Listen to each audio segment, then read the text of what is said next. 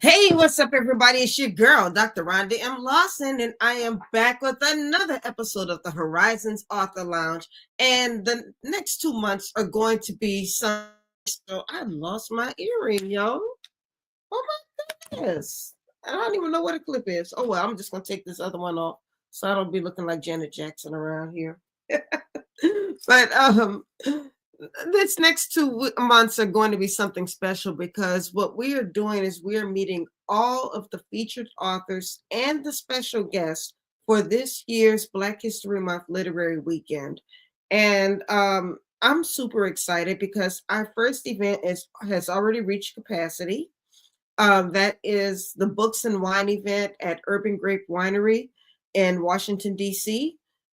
We have actually had 150 reservations. That's a free event, but that one is at capacity, so we are no longer taking reservations for that event.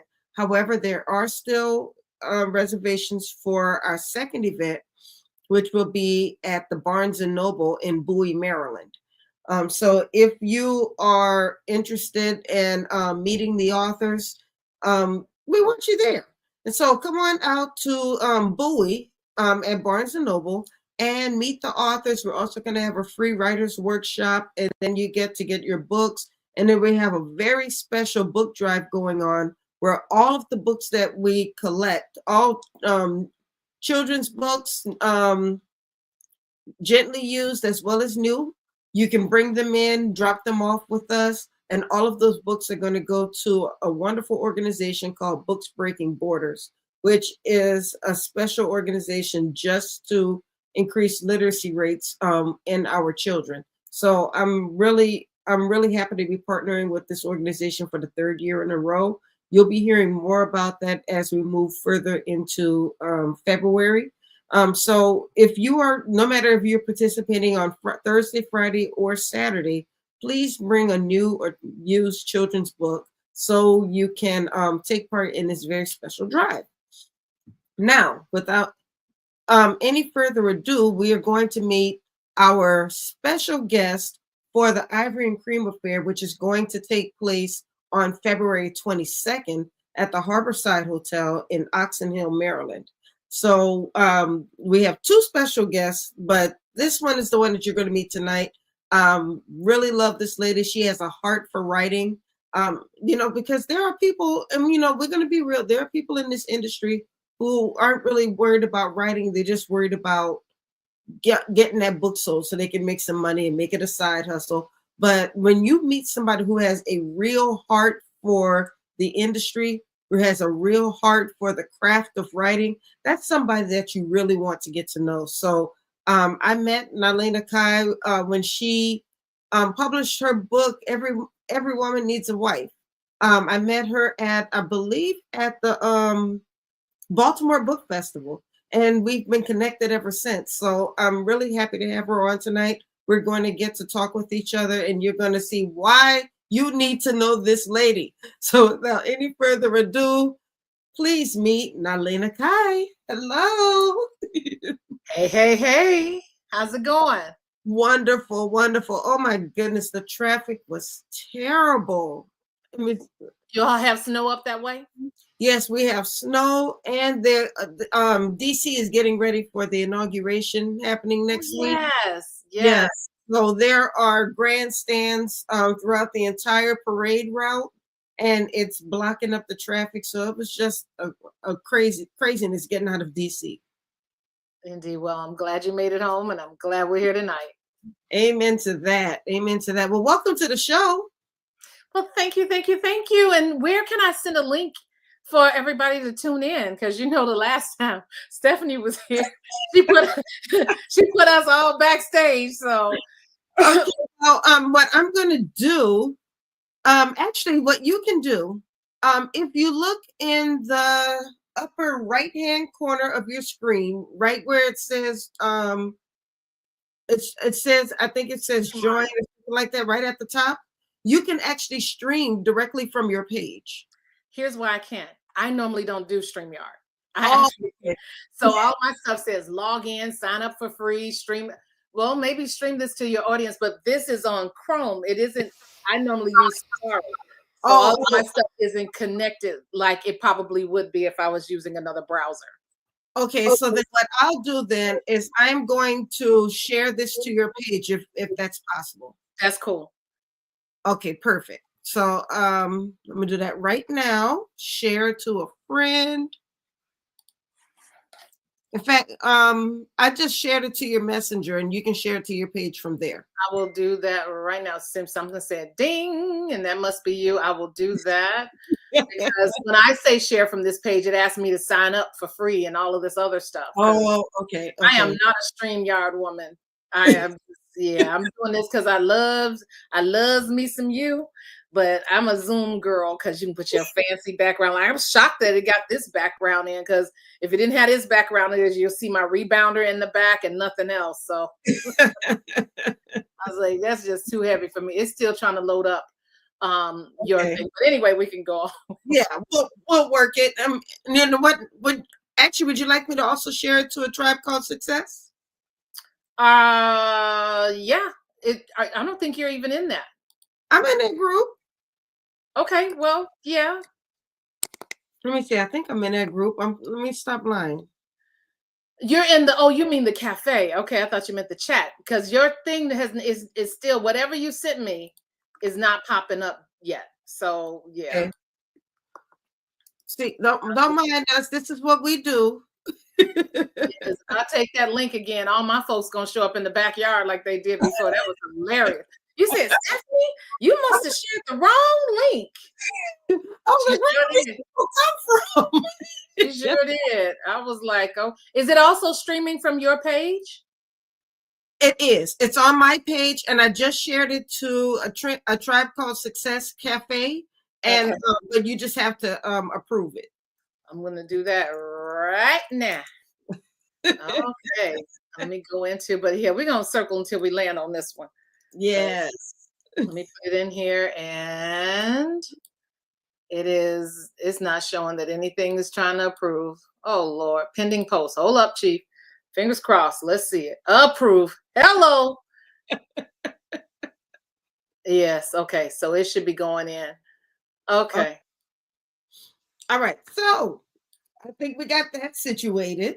Mm-hmm. So before we get started, why don't you tell all the people about yourself? Yes, I am Naleighna Kai. I'm a USA Today and Essence Magazine international best-selling author.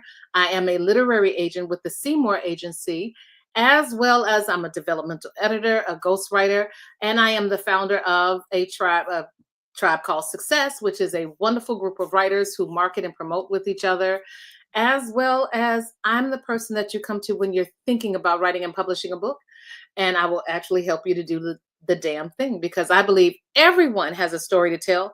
I'm just one of the people who can help you to tell it well. They call me the book whisperer for a reason. So that's me. Yeah, you are absolutely the book whisperer. I mean, you know how to write and you know how to promote, and that's something those are two tools that you have to have in order to be an author. Yes, yes. And you have to love it because if it was about the money, we would have been out of this industry a long time ago. So you have to love readers, writing, all of this process because sometimes the money takes a little bit of time to come on in. So Right. yeah. Right. Now, I will say that, see, this is not the first time that I've done events with you and the Tribe Called Success. Back in New Orleans, we had the literary takeover during the Zeta Oh Boom. my God, that was beast mode, baby. I remember that. Absolutely, absolutely. Yes. So what I loved is just how the tribe supported each other.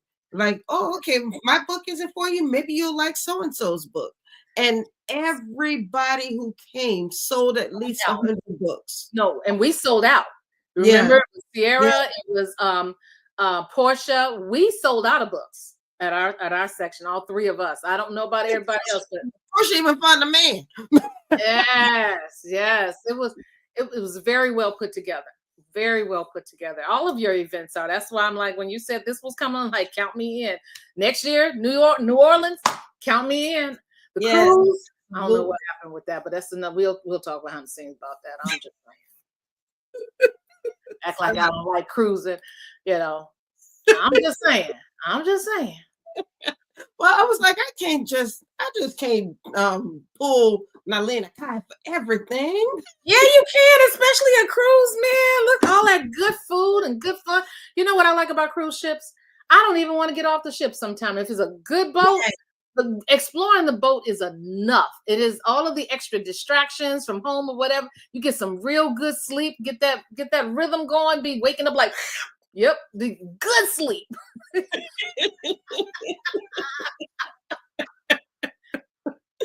Oh my goodness.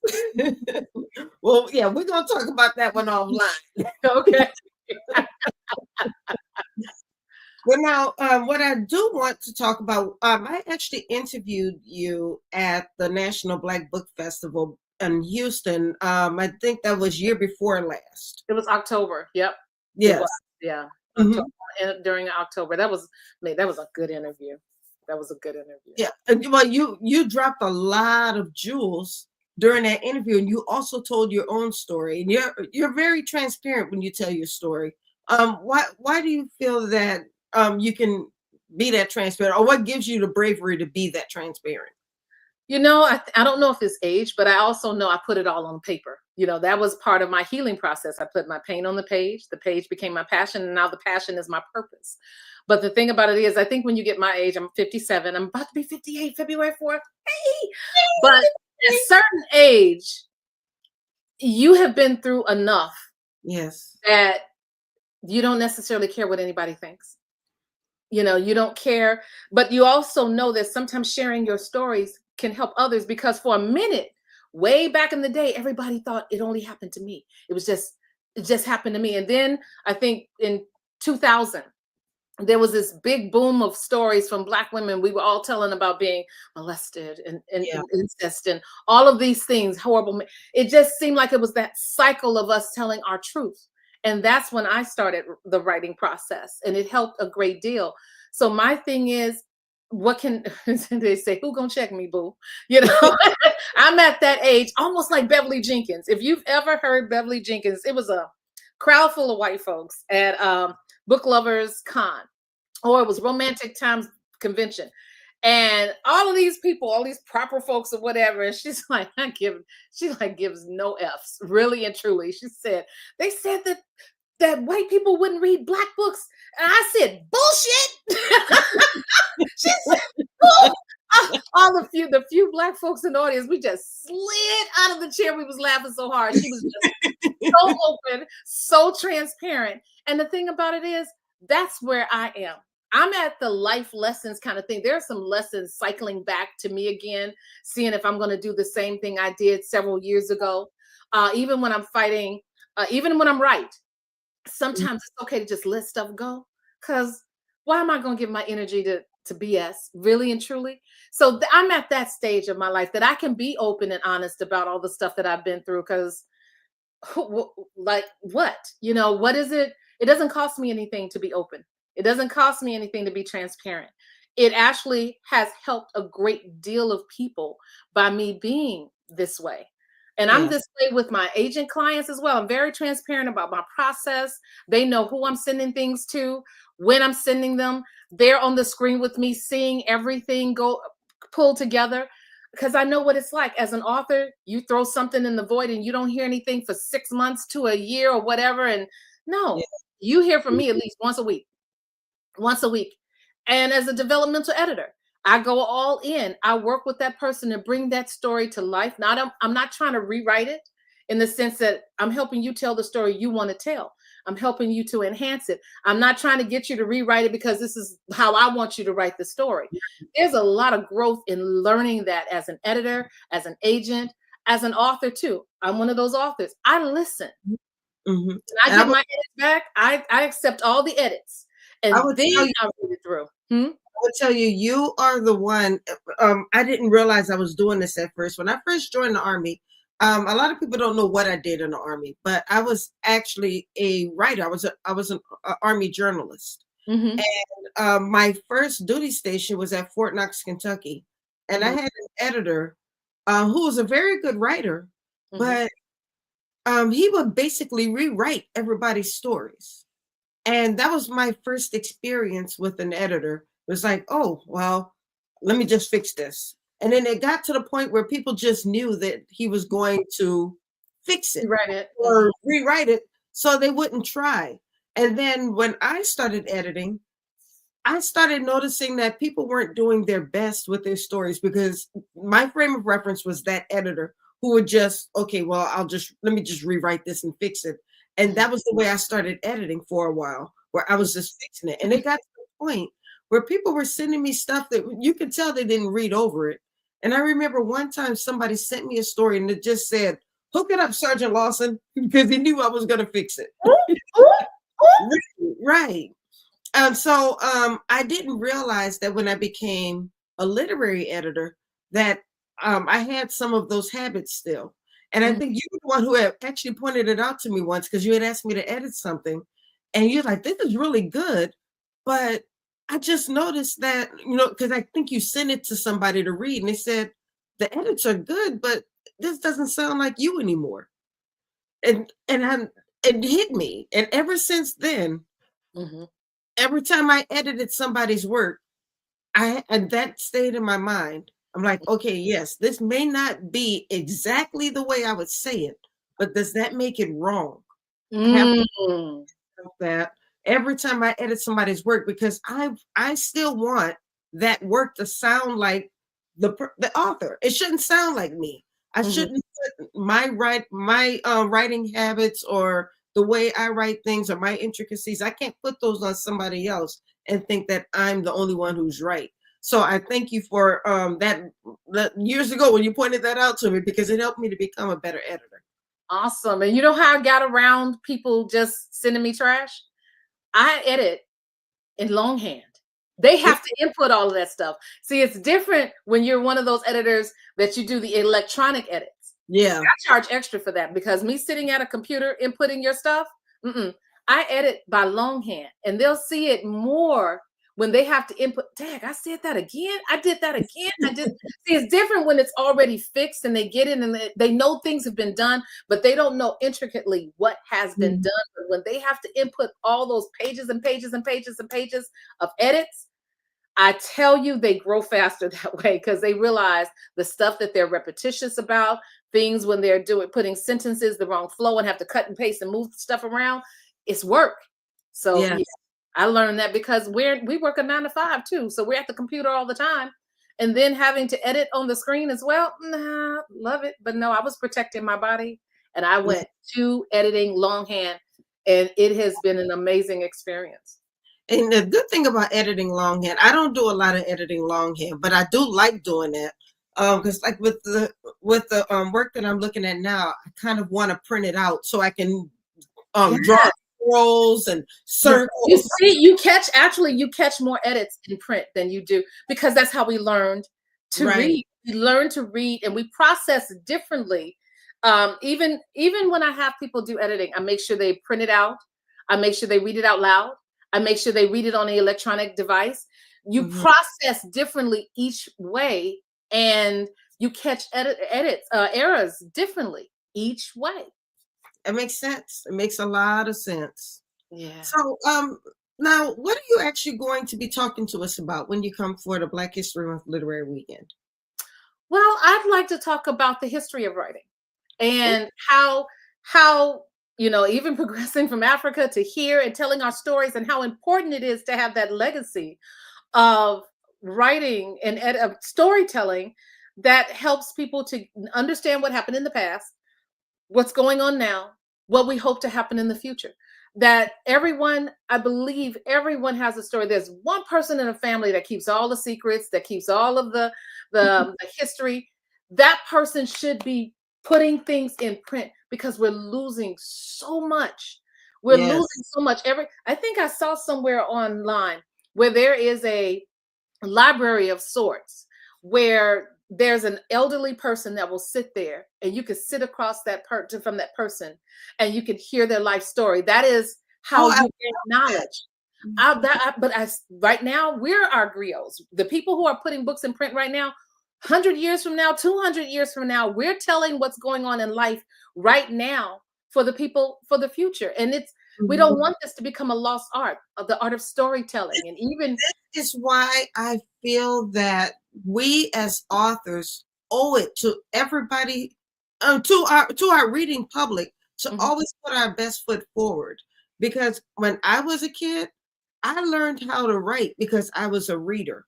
But if mhm, we're just putting things out just because we're trying to make a buck, or we're trying to treat it as a side hustle, or you're not worried about getting an editor or whatever it is that you're doing, mhm. you're actually doing a disservice to the people who are reading your work. You are doing a disservice to the next generation of writers because you didn't take the time to put your best foot forward. Exactly, and it is important. I mean, I know some people treat it like a business. You know, I treat it like a passion. Now it's kind of a business because I'm in the business of helping people to get book deals with traditional publishing houses. But also, there's a process in that. You know, I have some debut authors. I have authors of all ethnic backgrounds. So I'm learning as well. You know, there's certain things that I represent that it wouldn't be my pleasure reading, but this is something that they're passionate about. I represent the author. You know, Yes. the work comes with it, but the author themselves, I have to believe in them. And that has been the fuel for everything. I just closed down all of my queries because I have a nice stable of amazing authors that are telling some really great, unique stories. Even I have one from the Navajo reservation, Daryl Benally. He's Wow. telling a story about a female warrior, the Navajo warrior. She's female, is his ancestor. And that story is absolutely amazing. So I get to be part of that process of getting him a traditional book deal, of getting this story to the world, and I'll have my name on it. Do you know how amazing that is? You know, it's just, and then I have one from Jamaica, JL Campbell. She'll probably be on your show at some point in time. She's Oh, in Jamaica and she's telling in her new book the history of some of her ancestors and bringing it forward. So her book is like Wakanda meets Wonder Woman kind of thing. And it's that's amazing. And awesome. let me tell these people can write. I have only attracted people who know how to put pen to page, but they also have some passion behind it and truly believe. Lovely. Now, you mentioned being a literary agent. Are you taking clients right now? I just shut down my query tracker because I wanted to focus on getting deals for the people I already have in house. I know you've seen the deal announcements recently. Those are Mhm. audio deals. I've got some more of those coming through. But the thing about it is, I had Query Tracker open. I got about 80 people from that process. Only four people, Out of 80 eight? people, four people out of 80. Let me tell you, the majority of people did not have their work edited. Mm, The other majority did not have any social media. And people don't realize you do need to have some social media. Some people had no Instagram, no Facebook author page, or whatever. And it's not for me. It's the publishers that go and they will look to see what your digital footprint is before they pick you up. If you don't have a digital footprint, you're a ghost. So right. those are some things. In the beginning, I was making phone calls to do the rejections by phone in order to walk them through the process of the things that they needed to do before they resubmitted to anyone else. And I got a lot of good feedback from that, how much of a blessing it was to the authors that were on that end getting those rejection calls. But also, too, some people didn't follow directions. If I had you to say X, Y, following directions, having social media, and listing it, but also too getting the work edited. Also watching yourself on social media. There was one woman who I called, and I I was really ready to pick her up, but I'm Mm, also in a writers group with this person, and she blasted an agent online, mm. but it wasn't the blast. She didn't blast the name. Okay. It was the people who were responding to her about what the agent meant. And it was the defensiveness of this woman going back and forth with people. I read everything in that thread. And I'm like, she's going to be a headache. Love her, but Yeah.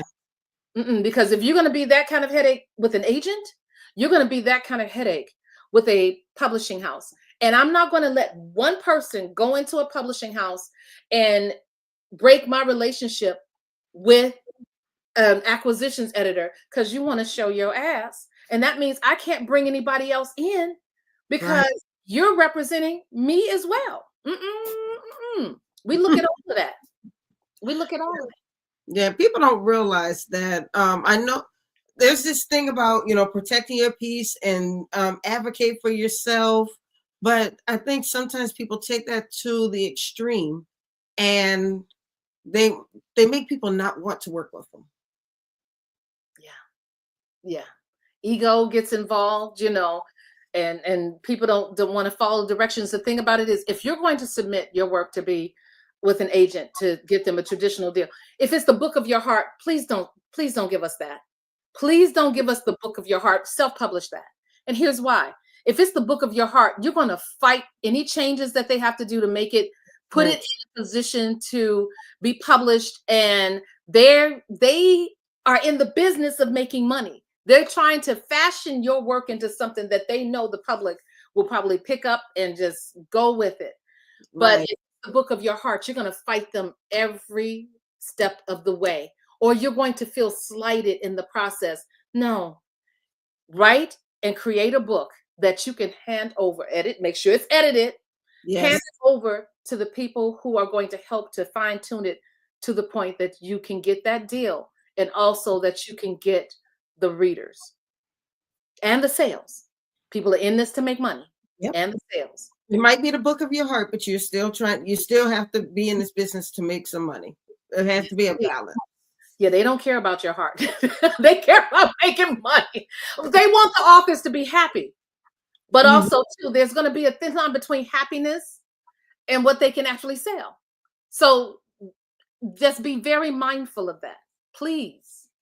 Absolutely. Unfortunately, we have come to the end of the half hour already. We're out of time. All right then. Hi, Stephanie. I see some people saying hey somewhere. Say, hey, Stephanie. You see, you in the right place this time. You're not in the studio in the backyard like you put up.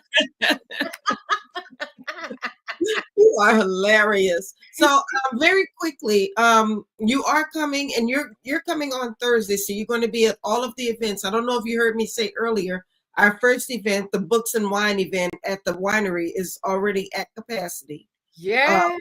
So we should have a very good turnout for that. And we're we were just about actually at capacity for the Barnes and Noble event. But I added more tickets. So we're going to be good with Barnes and Noble as well.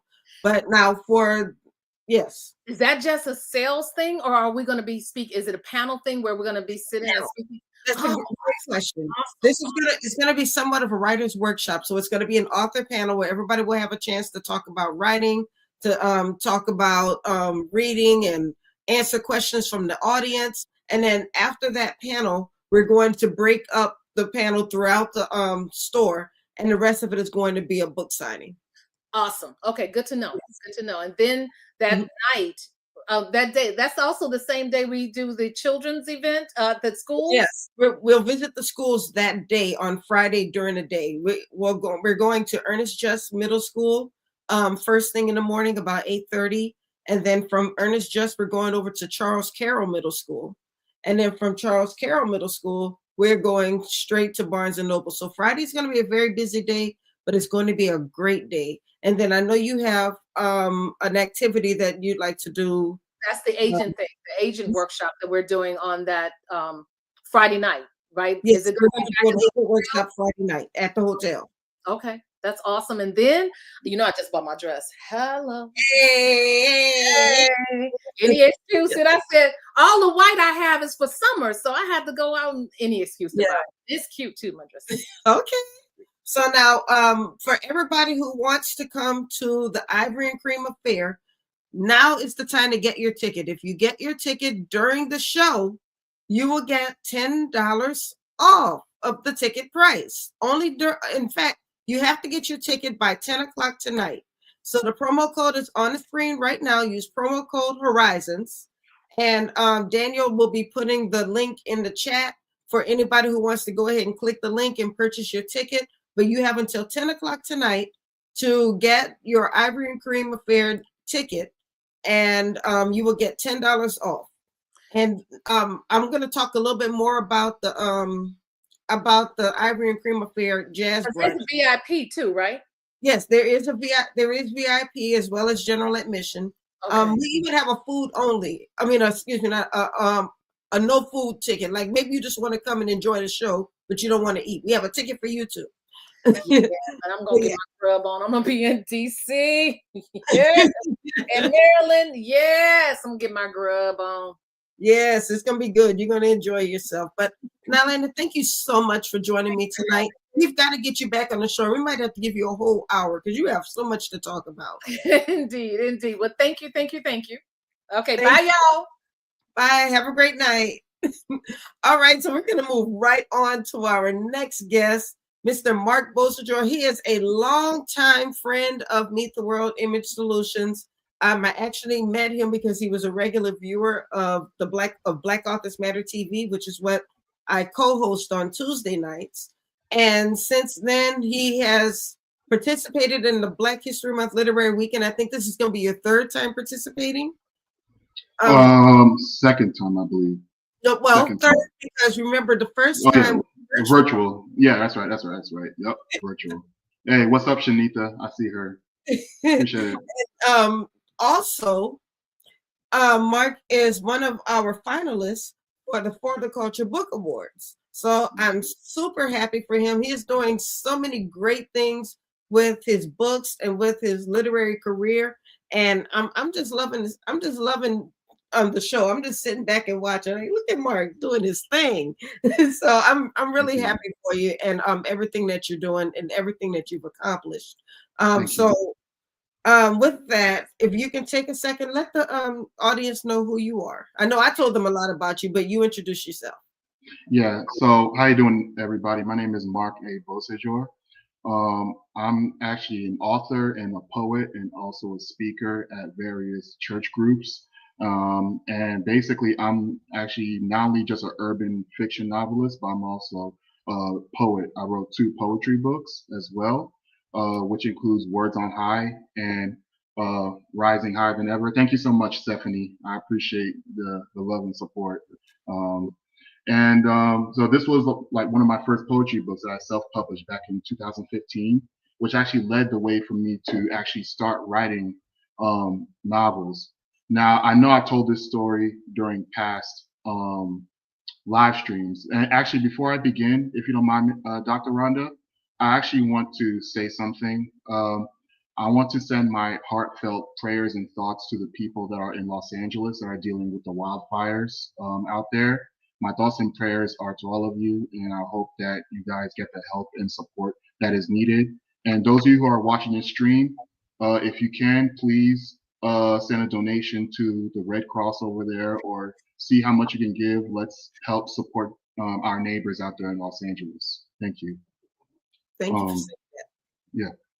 So basically, I started writing way back at the age of 12, even though it wasn't something I envisioned myself doing long term. As I've told you on countless streams, this journey I kind of fell upon by accident, you know. So this was something that it was a hidden talent. You know, when you have a hidden talent, you didn't at first you don't want to share it to people because you're kind of afraid of what they're going to think about you or what they're going to say. You just don't want judgment, you know. But the more time passed, the more I used to basically let all my feelings out through writing. Basically, I use it as an outlet, you know, whenever I felt a certain way.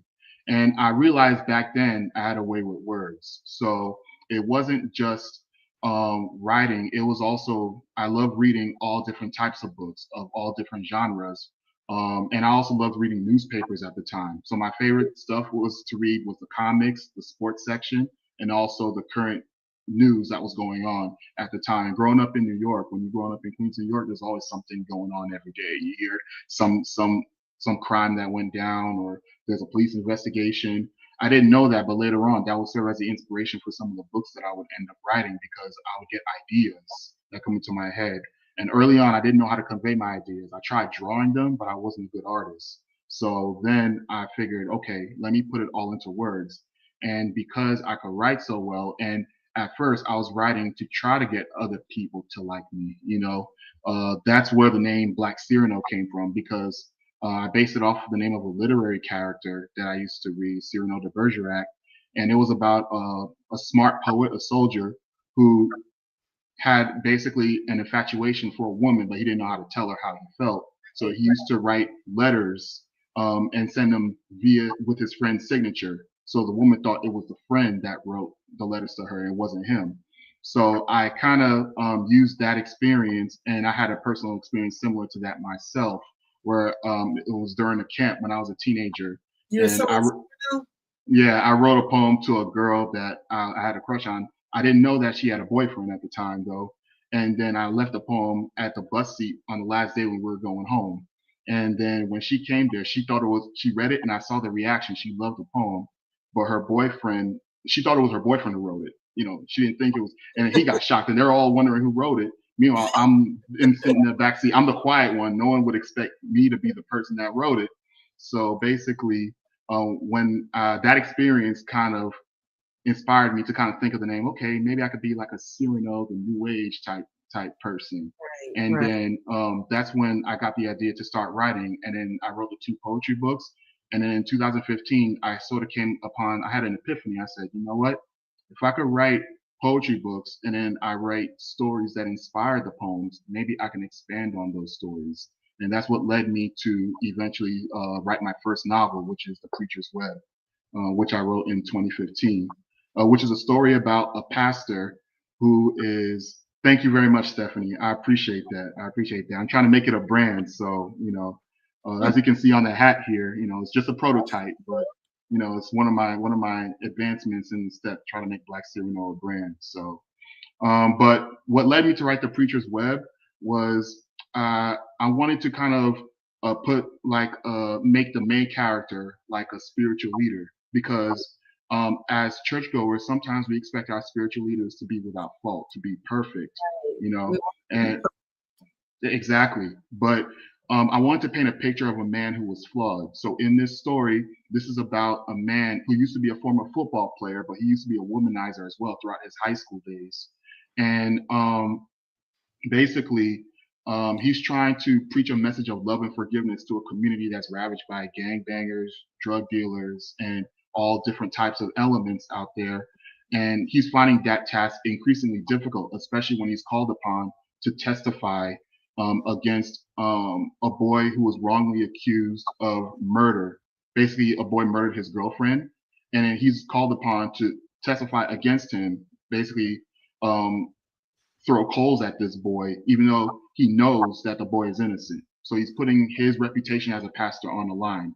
So the book basically questions morality, forgiveness, and it dives deep into how we view our leaders, and basically it's an enduring message, but it's very gritty. So it's like one of my first urban fiction novels, because I don't hide anything, I don't sugarcoat anything.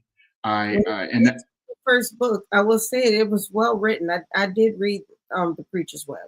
Thank you so much. And one thing that I learned when I wrote The Preacher's Web was I actually got to learn, especially about character development. That was one of the things I learned. So every novel that I ended up writing, every novel that preceded The Preacher's Web, I increased my knowledge of character development. So I use that to develop other characters in the book. Like the second book that followed after that, which was Adia's Ballad. This was based off the sister of the victim who was killed in The Preacher's Web. So I expanded her character. And then basically it talks about how she deals with the tragedy. And at the same time, she leans into her singing, because she had a talent for singing. So she leaned into her singing as a way to comfort her through her grief. But her singing gets her discovered, and she signs with a record label, and she blows up, and she becomes an R&B songstress. So she has her own adventure in this book. And this is actually one of my best-selling novels among young ladies, because the young women, especially 16 and up, when they're dealing with identity crisis at times, and figuring out themselves, like trying to find out if I should follow the crowd or follow the beat of my own drum, and pursue my dreams, even though I'm dealing with a life-altering tragedy. So basically, Adia's Ballad was the follow-up to The Preacher's Web that I wrote. And then, of course, you already know about Fires of Justice, excuse me. Right. So Fires of Justice, this was a book that I entered into the contest for the Culture Book Awards. And the reason I entered this book is because of the controversial subject matter that this book delves into. The story is basically about a Black teacher who moved from New York to Georgia. He takes a job at a Metro Atlanta high school, but he finds himself being the object of one of his students' desires, basically. And it happened to be a white girl, a white student. He tries to be friends with everybody. He definitely tries to communicate and be fair-minded and accepting.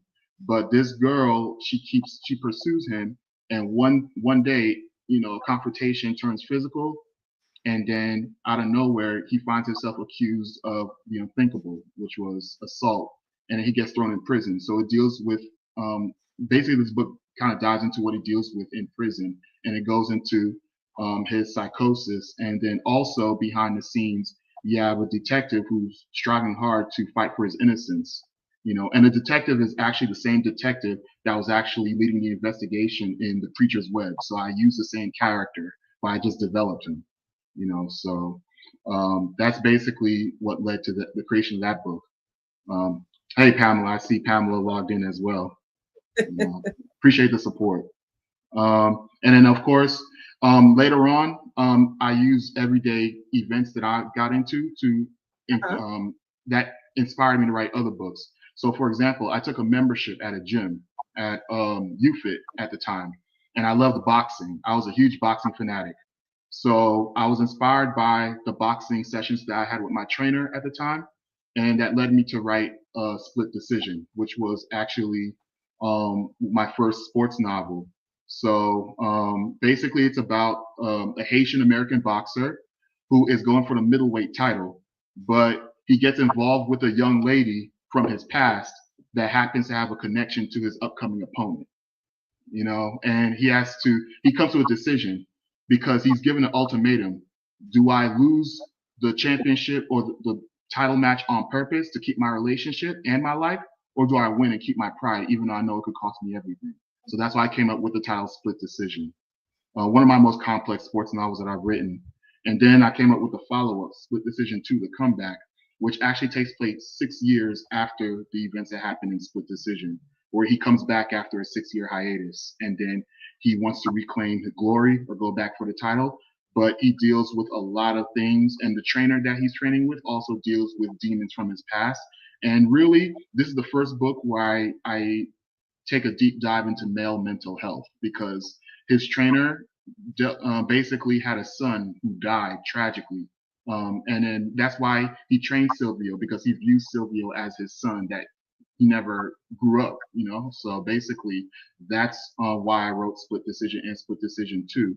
And taking a look at male mental health, I wanted to shine a light on that. That's why I was such an advocate for it, and which is why I was a co-author in Pamela Coleman's book, which was, you talked about it last week, you mentioned it, but I have a copy here. This was a very important subject to me to be a co-author of, and I'm glad that she approached me to help write this book because I wanted the world to shine on male mental health, especially Black male mental health. Very important. Yeah. And how much trauma we deal with on a day-to-day basis, especially being Black men in America. And then, one of the largest cause of death, especially among Black males, is stress-related, heart disease, heart attack, etc. So I felt like this was a very important subject to touch upon. And I was glad I was able to actually share my experiences in Unspoken, because I was able to open my heart to the literary world in a way that I never did before. Nobody knew that I was bullied when I was a younger kid. So, and I appreciate it, Pamela. It was definitely a pleasure. Thank you for calling me to participate in this. And I also did another. Just before you go to the next book, though, I do want to let you know that your publisher has contacted me just before the show and said that if anybody in the audience asks a question, they will go into the drawing to win a free ticket to the Ivory and Cream Affair. Oh, is that so? Yes. Okay. All right. Well, who am I to argue with my publisher? That's what's up. That's good. That's She good. published. She's always on it. Always, always, always. I love it. Love my fam. So, and I also co-authored another book, which was A Love Letter to Ourselves, which was actually put together by Dr. Corinthia Miller. I think you had her as a guest some Yes. time ago as well. So this is actually also very important to me because I wrote a poem in it, and it's basically about writing to yourself. Like, what would you tell yourself? How would you encourage yourself? A lot of people encourage others, but they don't take the time to really encourage themselves. So Right. that's basically something that I wanted to participate in as well. Um, so yeah. You've been a busy man. Yeah, yeah. So I've been. So my goal has been trying to release a book a year. That's been my goal, was to try to get a book out every year. So 1 year, one book. If I could get a book out every year, and I felt like I've done something, I've contributed to the literary world. I don't like kind of sitting on my hands, because I did that before the pandemic, and it was kind of, yeah. I sort of myself I wouldn't do that again. So, with writing a book a year, it's a lot of writing. Yes. And you also have a day job, I believe. Yeah, so I'm definitely working in the IT industry, being technical support, a Mhm. technical analyst. And I like what I do, but I love being a writer much, much more, because I feel like when I write, it's like I'm inviting people into my world, in my mind. You know what I'm saying? So people get to explore the different machinations, what I'm thinking at the time, or my stories. They get to explore my characters, and that's something I take pride in. So yeah, it's very tough to write. Also doing a day job. So what I do is I try to once a week try to do a chapter. If I can't finish a chapter, I do a scene, and then on another day during the week I finish the scene. So basically that's how I've been doing it, and then I pre-edit before I send it to the editor. Very good. Yeah, we were just talking about editing in the last segment. So, Yeah, I um, heard. Yeah, yeah, and Miss Naleighna Kai, shout out to her. She had some very good nuggets about editing, and about what you should do when you are editing, and don't second guess yourself, but also you it's definitely good to have more than one pair of eyes look at your book too, and then absolutely. yeah, have like beta readers, or have people offer their opinions. And This what I is love, this is I'm no sorry, go matter ahead. how long you've been writing, whether you've been writing for a few months or a few years, it's Yes. still good to have another pair of eyes. Absolutely, absolutely. See, a lot of people, when they write, they kind of feel a little bit self-conscious about handing in their work to someone else before the actual publishing process, because they want to think that their writing is perfect the way it is. They don't want nobody to touch it. But see, if you go on thinking that way, there's some small errors in the book, or something that maybe you need pointed out, that you may not have seen with your own eyes, because in your own eyes you think that everything's perfect. No, it's good to have someone else who is a trained editor, someone who can look at your work over and say, hey, here's where you can make the corrections. Here's where you can improve upon. So I'm happy to have that support group. Not only with She Publishing, but I have my own editor also, and she's a friend of mine. Shout out to Ms. Dawn Goodwin, of course. She always edits my book, and not only does she edit, but she actually emails me weekly and says, hey, this is what you can do. She offers suggestions, and then she also says, here's a sentence that you could replace this. If I have a run-on sentence, or if I have a noun where a verb should be, etc., she would tell me what I can do, and I would say, okay, we can make those corrections. Or, I'll say, here's what I would replace it with. So an editor who's always interacting with the author is always a good thing. You don't want an editor that doesn't interact with you. That's a great point. You want to make it a partnership. And partnership, exactly. Yes, Yeah. ma'am. Yep, yep. All right. So, Marc is going to be one of 12 featured authors. This is going to be the biggest Black History Month literary weekend yet. This is our 9th year. 12 featured authors, 2 special guests, and the lineup is amazing. So make sure you guys are tuning in every week so you can continue to meet all of the authors who are going to be a part of the event. And just very quickly, I want to give a shout out to our Indiegogo supporters. These people have contributed to help make this event a success. We're on our way, we're on the road to getting corporate sponsorship, but until we do, every little bit counts. So if you would like to donate, maybe you're not in the area and maybe you can't make it to any of the events, or maybe you have to work that weekend, I don't know. But you want to see this event be a success, you can donate as little as $10 up to $10,000. If you donate $10,000, I'm not gonna be mad at you at all. Yeah. Ron ain't gonna turn down that money, y'all. So you already know she's not gonna turn down that money.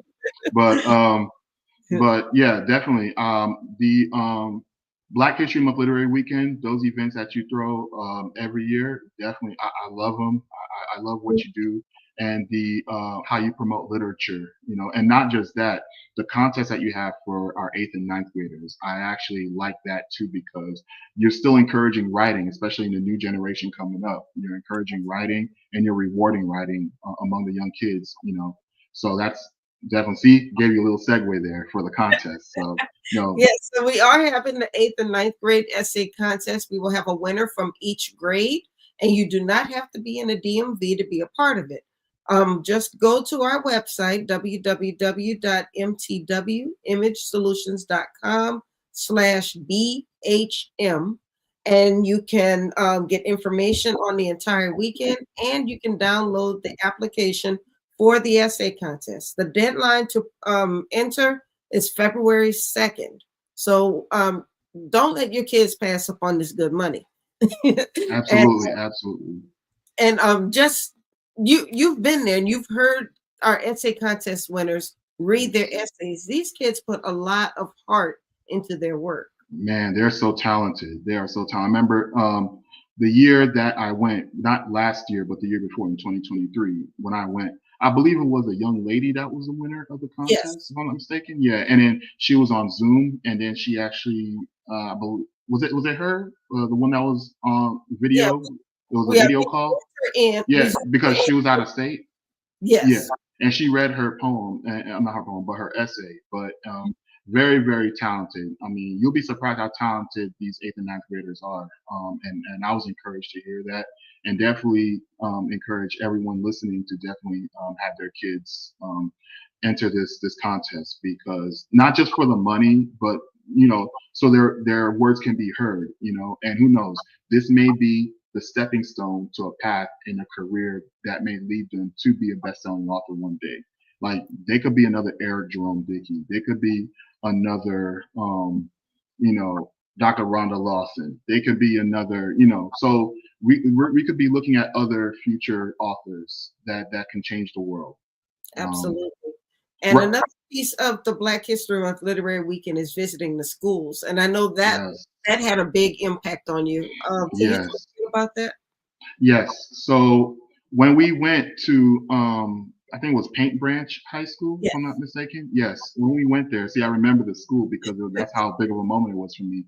When we went there, I kind of figured, okay, I was going to talk in front of a class of maybe like 28, 30 kids, so it wasn't going to be that big a deal.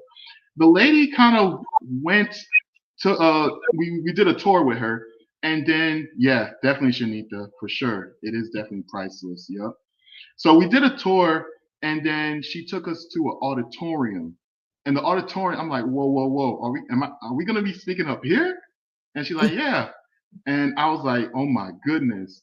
And I was stunned, And then when they were putting our names on the overhead, I'm like, wow, like it was surreal. Like I had to pinch myself to make sure I wasn't dreaming, because it was an event that I would never forget. Because I remember when I was a kid, and they used to have professionals come up every year to speak to us and then tell us, about what they do, about their careers.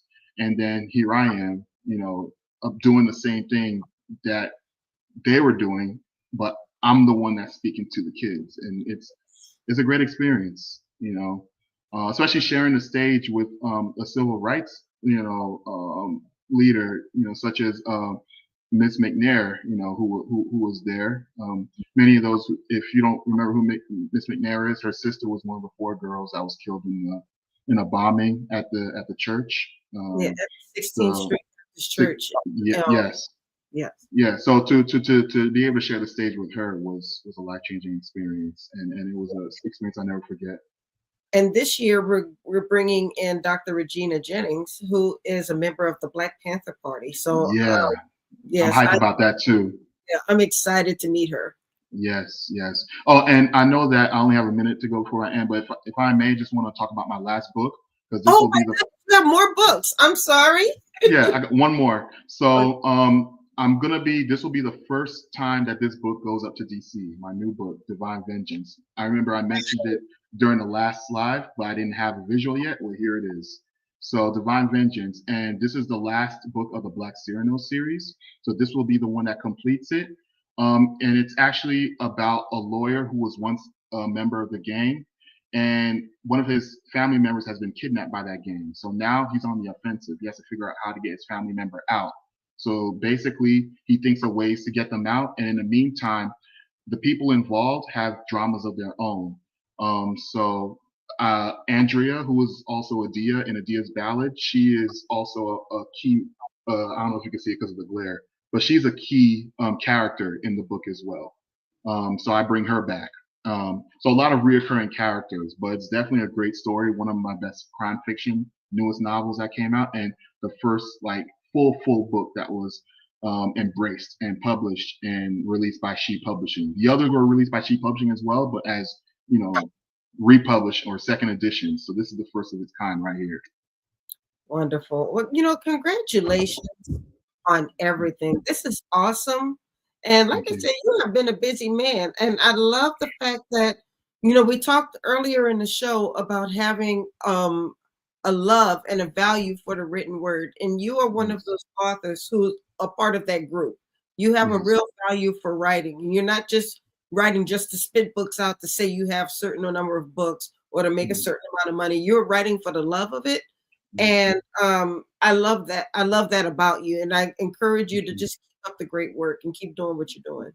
Thank you. Thank you so much. Thank you. So y'all make sure you come out to the Black History Month Literary Weekend. It's February 20th through the 22nd. It will be here in the DMV. On Friday the 20th, we will be at Urban Grape Winery for our kickoff event. Remember, that event is already at capacity, so you can no longer get a ticket to that event. Yay! However, That's crazy. yes, I'm That they excited. all sold out. So is are there still tickets to the Ivory and Cream Affair? Yes, there are still tickets for the Ivory and Cream Affair.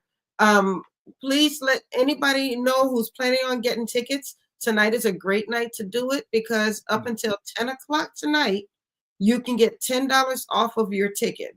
That's whether you get VIP or general admission. You can get $10 off of your ticket if you purchase your ticket tonight. Use the promo code Horizons. So make sure you take advantage of that. Absolutely. Absolutely. Yeah. So that's February 20th. On February 21st will be the Meet the Authors event at Barnes and Noble. No, we are visiting schools that day, but you can't come to the schools. Those are those are closed events.